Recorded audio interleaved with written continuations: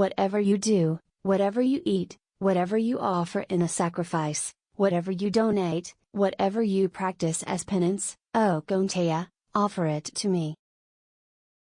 Shri Krishna explains the technique of bringing worship into daily life. Previously we learned the technique of worshipping Ishvara using simple offerings like water. Once we get used to the worship of Ishvara in the home and in the temple, we need to bring that spirit of worship into all of our actions. In other words, we need to learn how to bring divinity into our actions.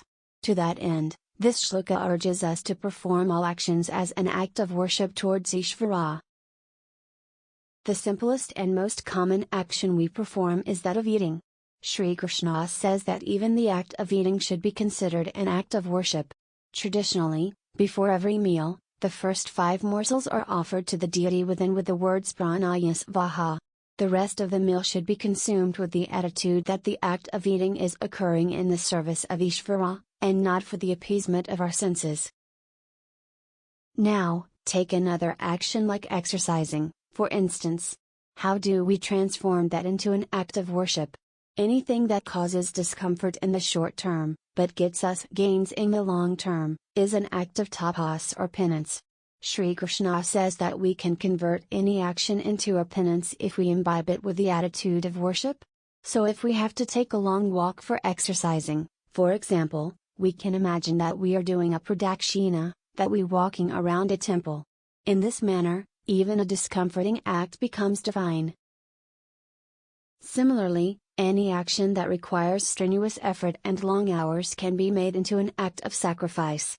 If we have to put in extra hours of work, we have to sacrifice our leisure time in the process.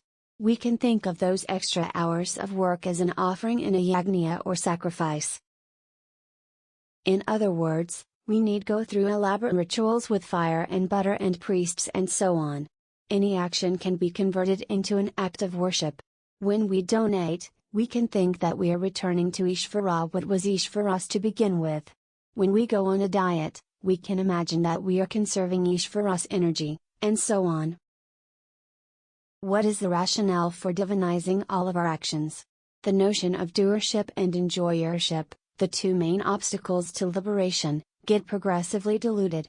Instead of thinking I did this and I enjoyed this, we begin to think that Ishvara did it, and Ishvara gets the results.